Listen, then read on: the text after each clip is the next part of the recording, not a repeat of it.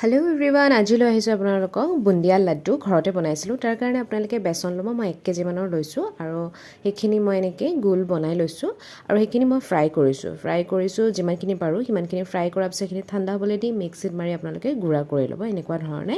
তাৰপিছত অলপমান আপুনি এটা ডাঙৰ মগ, সেই মগৰ 1 মগ পানী আৰু অকণমান চেনি, মানে অকণমানি আৰু আপোনালোকে যিমানখিনি মিঠা বিচাৰে সেই চেনিখিনি আপোনালোকে দিব। লগতে আপোনালোকে orange colour food, red colour food দি পেলাই অকণমান ইলাইচি দি পেলাই সেইখিনি মিনিমাম 20 মিনিট উতলিব দিব।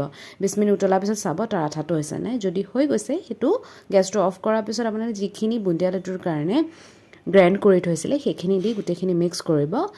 তাত ঘিউ দিব সৰহকৈ, যাতে ঘিউটোৰ স্মেলটো বহুত ধুনীয়াকৈ ওলায়। আৰু একেবাৰে শেষত আপোনালোকে দিব সৰু মগজটো। সেইখিনি মিলাই পেলাই আপোনালোকে যেনেকৈ নাৰিকল লাড্ডু বনায়, হাতত ঘিউ লগাই বা তেল লগাই, তেনেকৈ আপোনালোকে ৰেডি কৰিব পাৰে আৰু এনেকুৱা টেষ্টি আপোনালোকে বুন্দিয়া লাড্ডু ঘৰতে খাব পাৰে। Thank U.